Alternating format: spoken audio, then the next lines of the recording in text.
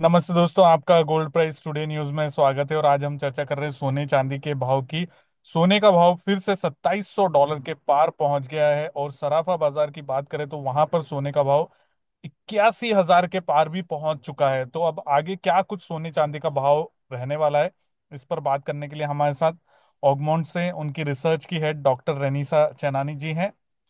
ये गोल्ड में पीएचडी है, जैसे कि आप सभी लोगों को मालूम है। और अब तो आप लोग भी पीएचडी होने वाले हैं। हमारे वीडियो देख देख के सारी चीजें आपको पता चल जाती हैं। मैम, आगे बढ़ने से पहले जो हमारे साथ नए दर्शक जुड़ रहे हैं उनसे मैं रिक्वेस्ट करूंगा दोस्तों कि अगर आपने अभी तक चैनल को सब्सक्राइब नहीं किया है तो आप लोग कर लीजिएगा। मैम, ये अगर हम बात करें भाव की तो पहले तो हल्का सा लगा कि भाव गिरने वाला है, पर वापस से फिर $2,700 गोल्ड ने क्रॉस कर लिया। और अगर एमसीएक्स की भी बात करें तो वहां पर भी लगातार तेजी बनी हुई है। चांदी में भी तेजी बनी हुई है। तो क्या कौन से ऐसे फैक्टर ड्राइव कर रहे हैं, क्योंकि डॉलर भी अप है, बॉन्ड यील्ड भी अप है और सोना भी अप है। जी वीरेंद्र जी, 2025 के स्टार्ट होते ही हमने देखा है कि काफी चेंजेस आए हैं मार्केट में। कि डॉलर इंडेक्स के साथ साथ गोल्ड में भी बढ़ोतरी देखी गई है। डॉलर इंडेक्स 108 लेवल पे था ये महीने के शुरुआत में, और अभी 110 के आसपास है। ऑलमोस्ट 2% अप है। गोल्ड में भी सिमिलरली हमने देखा है कि 2.5% जितने गेन्स देखे गए हैं। एंड इनफैक्ट यहाँ पर इंडियन रुपी के डेप्रिसिएशन होते ही हमने देखा है कि इंडियन रुपीस में M6 पे तो इनफैक्ट और ज्यादा गेन्स देखे गए हैं। रुपी ने भी ऑलमोस्ट 1.5% जितना डेप्रिसिएशन देखा है इन 10 दिनों में। तो कई कारण हैं जो इतना ऐसा मूवमेंट दिखा रहे हैं जो जनरली नेगेटिव। हम देखते हैं कि कोरिलेशन होता है डॉलर इंडेक्स का और गोल्ड का। दोनों अपोजिट डायरेक्शन में चलते हैं, बट पिछले 10 दिनों से दोनों साथ साथ ही चल रहे हैं। डॉलर इंडेक्स भी बढ़ रहा है, बॉन्ड यील्ड्स भी बढ़ रही है, गोल्ड भी बढ़ रहा है। और इनफैक्ट कोई भी डेटा जो आ रहा है यूएस से, जैसे पिछले हफ्ते नॉन फार्म पेरोल का डेटा आया था, वो भी गोल्ड सिल्वर के लिए नेगेटिव था। पर फिर भी हमने देखा है कि प्राइजेस रुकने का नाम नहीं ले रही है, कंटिन्यूअसली बढ़ रही है। इसके कई फैक्टर्स है। नंबर वन, जिस तरह से 2025 स्टार्ट हुआ है, कई पोर्टफोलियोज है जहां पे रिशफलिंग हो रही है। 2024 में जिस तरह से गेन्स देखे गए गोल्ड सिल्वर के, ऑलमोस्ट 25% जितना रिटर्न्स मिला है लोगों को, काफी फंड हाउसेस को। तो ये पहले से ही डिसाइडेड था कि कई फंड हाउसेस जो अंडर एलोकेटेड हैं, जिसने गोल्ड और सिल्वर में इतना एलोकेशन नहीं किया है, 2 से 5% जितना यूएस की कई फंड हाउसेस का एलोकेशन था, उन्होंने अपना एलोकेशन बढ़ा रहे हैं। और ये जनरली होता है फर्स्ट 15 डेज ऑफ जनवरी में। इनफैक्ट ये पूरा जनवरी मंथ ही ऐसे चलता है कि जहाँ पे वो अपना एलोकेशन बढ़ाते हैं। तो हर डिप्स पे वो बाइंग कर रहे हैं। दूसरा फैक्टर है कि जो ट्रम्प का इनॉग्रेशन है 20 जनवरी को, उससे एक्सपेक्टेड है कि कई पॉलिसी चेंजेस आने वाले हैं। तो काफी जो पैसा है यूएस में से निकलकर यूके में या बाकी कंट्रीज में जा रहा है, या गोल्ड के रिजर्व्स भी निकलकर काफी कंट्रीज में जा रहे हैं। तो काफी चेंजेस आ रहे हैं, सेंट्रल बैंक के लेवल्स पर, फंड हाउसेस की लेवल पर, इंस्टीट्यूशनल लेवल पर। यहाँ का पैसा वहां जा रहा है, गोल्ड यहाँ से शिफ्ट वहां हो रहा है, क्योंकि सबको डर है कि पॉलिसीज की वजह से न्यू पॉलिसीज आने वाली है और उससे क्या होगा। तो ये जो अनसर्टेनिटी बनी हुई है, इस वजह से मुझे लगता है कि गोल्ड एंड सिल्वर में गेन्स देखे गए हैं। और इंडिया में तो इनफैक्ट हमारे रुपी डेप्रिसिएशन की वजह से, रुपी वीकनेस की वजह से हमें ज्यादा गेन्स मिल रहे हैं। गोल्ड ऑलमोस्ट अपने ऑल टाइम हाई के नजदीक पहुंचने ही वाला है। सिर्फ 2% दूर है अपने ऑल टाइम हाई से। अभी 78,600 to 700 के आसपास प्राइजेस है। और ऑल टाइम हाई जो टच हुआ था वो अराउंड 80,000 के आसपास था। तो बहुत ही नजदीक है हम, मुझे लगता है वो लेवल्स बहुत ही जल्द हम टच कर सकते हैं। तो मैम, अगर हम बात करें तो आपको क्या लगता है कि क्या सच में सोने का भाव अब नया रिकॉर्ड बनाने वाला है भारत में? और दूसरा, मुझे थोड़े हमारे जो ज्वेलर्स भाई हैं उनको रुपए और डॉलर का इक्वेशन समझाइए कि कैसे रुपए की डिप्रिसिएशन होने की वजह से भारत में फायदा होता है लोगों को। जी, हमें पता है कि जो इम्पोर्ट ड्यूटीज हैं गोल्ड पर, वो है 6%। तो जो भी हमारा बाहर से गोल्ड आता है, ऑलमोस्ट 99% हम जो गोल्ड इम्पोर्ट करते हैं, सारा का सारा इंटरनेशनली बैंक्स के थ्रू आता है, आईआईबीएक्स के थ्रू आता है और डोरे फॉर्म में आता है। तो जो डोरे फॉर्म में आता है वो रिफाइनर्स रिफाइन करते हैं और यहाँ पर बेचते हैं। बाकी रिफाइंड गोल्ड जो आता है वो बैंक्स के थ्रू आता है या आईआईबीएक्स के एक्सचेंज के थ्रू आता है। तो जो भी गोल्ड आता है इंडिया में वो कन्वर्ट होता है इंडियन रुपी में, जो कन्वर्जन रेट है। और वो आउंसेस में जो रेट्स हैं उससे कन्वर्जन होता है ग्राम्स में। तो जो कन्वर्जन रेट है वो जो कहा जाता है आउंस टू ग्राम, वो होता है 31.1। और उसे फिर हम यूएसडी आईएनआर में कन्वर्ट करते हैं तो हमें मिलता है गोल्ड का डोमेस्टिक रेट। एंड उसमें आप 6% जैसे मैंने कहा इम्पोर्ट ड्यूटी ऐड करेंगे तो आपको यहाँ का डोमेस्टिक रेट मिलेगा। प्लस काफी मार्केट में प्रीमियम और डिस्काउंट चलता है, तो उस वजह से हमको एक्सचेंज पे आपको प्राइस दिखती है वो उस तरह से फ्लक्चुएट होती है। और सारा का सारा जो हमारा प्राइसेस है वो इंटरनेशनली पैक्ड होता है एलबीएमए से, कॉमेक्स से। तो रुपी के डेप्रिसिएशन की वजह से रुपी में जो गिरा 86 के ऊपर निकल चुका है रुपी। ये जो लेवल है इस साल के शुरुआत होते ही 85.5 के आसपास था, अभी 86.5 के आसपास हो चुका है। तो जो भी रेट्स रुपी के फ्लक्चुएट होते हैं इससे काफी इम्पैक्ट पड़ता है प्राइसेस को, उतना सोना महंगा होता है।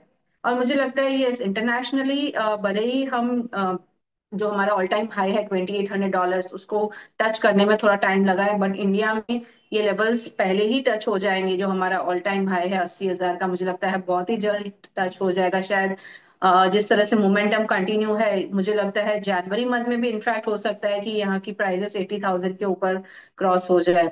और कई ऐसे फैक्टर्स हैं जो प्राइसेस को अपसाइड लेके जाएगी, जैसे मैंने बताया ट्रम्प की पॉलिसीज सबसे बड़ा इंपॉर्टेंट फैक्टर है जिसकी वजह से मार्केट में बहुत अनसर्टेनिटी बनी हुई है। तो मैम जैसे आप बोल रही हैं कि यहाँ पे भाव जा सकता है, नए रिकॉर्ड हाई बना सकता है, तो आने वाले 6 महीने कैसे लग रहे हैं आपको? क्या लग रहा है कि वापस से तेजी जारी रहेगी या फिर गिरावट देखने को मिल सकती है? क्या कुछ हो सकता है? मुझे लगता है कि जैसे 2024 में सबसे बड़ा जो फैक्टर था जो प्राइसेस को इम्पैक्ट कर रहा था वो था कि फेड ने इंटरेस्ट रेट्स कितनी बार घटाने वाले हैं और आगे चल के कितना घटाएंगे, इस वजह से तेजी थी। और दूसरा था जियोपॉलिटिकल टेंशन्स बने हुए थे। ये दो फैक्टर मेन फैक्टर थे जिसकी वजह से हमने इतनी तेजी 2024 में देखी। बट 2025 में मुझे लगता है कि ये दोनों फैक्टर्स थोड़ा बैक बर्नर पे आ चुके हैं। जियोपॉलिटिकल टेंशन्स यस कंटिन्यू है। फेड रेट्स जो है वो इस साल एक्सपेक्टेड है सिर्फ एक बार घटाएंगे, वो भी जुलाई में एक्सपेक्टेशन है। अभी नेक्स्ट 6 महीने तक मुझे नहीं लगता है कि इंटरेस्ट रेट्स कट आएंगे, तो ये एक पॉज बना रहेगा, तो ये एक नेगेटिव फैक्टर है इनफैक्ट गोल्ड के लिए। जियोपॉलिटिकल टेंशन जब भी कुछ नया अनाउंसमेंट आता है तो वो प्राइसेस को इम्पैक्ट करेगा। तो सबसे बड़ा फैक्टर जो इम्पैक्ट करेगा वो मैंने जैसे बताया वो ट्रम्प की पॉलिसीज है। जैसे ट्रम्प जो है अमेरिका फर्स्ट पॉलिसी ला रहे हैं, प्रोटेक्शनिज्म ला रहे हैं कि सबसे पहले उनको सिर्फ यूएस के बारे में ही वो देखना चाहते हैं, बाकी कंट्रीज पे इतने कंसर्न नहीं है। तो इसकी वजह से मुझे लगता है कि एक नया ट्रेड वॉर स्टार्ट हो सकता है। जियोपॉलिटिकल टेंशन उसकी वजह से बढ़ सकते हैं। चाइना में उन्होंने कहा है कि वो अपने टैरिफ्स बढ़ाएंगे, 15% से बढ़ा के उसको 40% कर देंगे। कॉर्पोरेट टैक्सेस जो है वो घटाने की बात कर रहे हैं, 21% से घटा के इसको 15% कर देंगे। फिर इस वजह से क्या होगा कि जो डेट लेवल्स है ओवरऑल यूएस के जो ऑलरेडी इतने हाई है पर है 36 ट्रिलियन के आसपास, वो और बढ़ सकते हैं। जीडीपी बढ़ेगी यूएस की बट डेट भी बढ़ेगा, तो ये कंसर्न होगा। Rising debt levels gold silver के लिए पॉजिटिव रहेंगे, एक सेफ हेवन बाइंग लाएंगे। एंड जो हायर टैरिफ्स रहेंगे इस वजह से लेबर सप्लाई भी कम हो जाएगा, इन्फ्लेशन बढ़ेगा। तो और इन्फ्लेशन बढ़ेगा तो इंटरेस्ट रेट्स नहीं बढ़ेंगे, I mean interest rates cut नहीं होंगे। तो ये ओवरऑल जो एक तरह से माहौल बनेगा एक अनसर्टेनिटी का, ये ओवरऑल पॉजिटिव रहेगा गोल्ड एंड सिल्वर के लिए। तो मुझे लगता है कि बाय ऑन डिप्स का व्यू रखना चाहिए। एंड जो 5-6 महीने आप कह रहे हैं किस तरह से रहेंगे, मुझे लगता है कि हम न्यू हाइस दे सकते हैं। गोल्ड का टारगेट है, मुझे लगता है कि $3,000 इंटरनेशनली प्राइसेस टच कर सकती है। एंड डोमेस्टिक टर्म्स में मुझे लगता है 85,000 तक के लेवल्स हम जाते हुए देख सकते हैं नेक्स्ट 5-6 महीनों में। और चांदी में कैसे देख रही मैम? ये लगातार घट रही है या फिर स्टेबल है पिछले 10 सालों से। बट हमारी डिमांड जो है इंडस्ट्रियल डिमांड जो 60% कंट्रीब्यूट करती है चांदी की डिमांड को, वो कंटिन्यूअसली बढ़ रही है। 5G टेक्नोलॉजी से, ईवी से, सोलर पैनल से। तो जो जिस तरह से डिमांड आ रही है, मुझे लगता है अभी भी एक डार्क हॉर्स कहा जा सकता है सिल्वर। आउट परफॉर्म कर सकता है गोल्ड को इनफैक्ट। जैसे मैंने कहा कि गोल्ड में मैं 10% जितने गेन्स या रिटर्न्स देख रही हूँ नेक्स्ट 5-6 महीने में। सिल्वर में मुझे लगता है कि ऑलमोस्ट 20 से 25% जितने गेन्स देखे जा सकते हैं। जो करंट प्राइसेस है $30, 90,000 के आसपास। ये लेवल्स मुझे लगती है 5-6 महीने में बढ़कर $38 तक की लेवल देखी जा सकती है। एंड डोमेस्टिकली आप कहें तो ऑलमोस्ट 1 लाख को फिर से हम पार करते हुए 1,10,000, 1,15,000 तक के भी लेवल्स चांदी में आते हुए देख सकते हैं। तो 1,10,000 से 1,15,000 चांदी में लेवल्स देखने को मिल सकते हैं। मतलब जिन लोगों ने ऊपर में खरीदारी करी थी उन लोगों को शांत बैठना चाहिए अभी। जी बिल्कुल, जिनकी बाय पोजीशंस हायर लेवल पर है उनको वेट करना चाहिए। मुझे लगता है कभी भी हम ब्रेकआउट्स देख सकते हैं चांदी में, और 1 लाख के ऊपर फिर से प्राइसेस को जाते हुए देख सकते हैं। मैम नीचे में सपोर्ट कहाँ पर है इस दौरान? नीचे में मुझे लगता है जैसे गोल्ड है, उसमें जो इम्पोर्टेंट सपोर्ट या बेस लेवल रहेगा जिसके प्राइसेस नीचे नहीं जाएगी, वो है $2,500।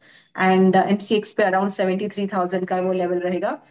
चांदी के लिए कहूँ तो मुझे लगता है कि जो स्ट्रॉन्ग सपोर्ट है वो है $29, और इंडियन टर्म्स में वो लगभग 86,500 से 87,000 तक का लेवल रहेगा। तो ये बेस प्राइस है, मुझे नहीं लगता कि ये इसके नीचे 2025 में गोल्ड एंड सिल्वर की प्राइसेस जानी चाहिए।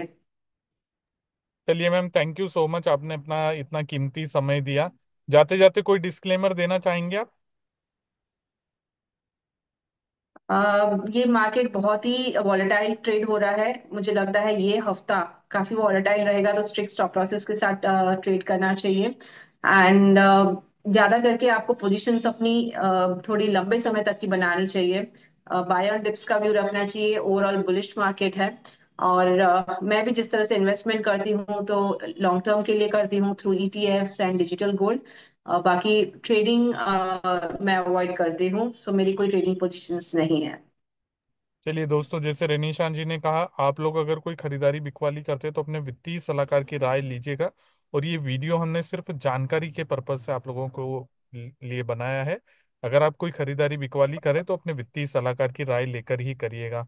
और मैं भी कोई पर्सनली उस तरह की कोई ट्रेडिंग सोने और चांदी में किसी भी एक्सचेंज पर नहीं करता हूँ दोस्तों। Thank you so much. Thank you ma'am. Thank you, नमस्ते।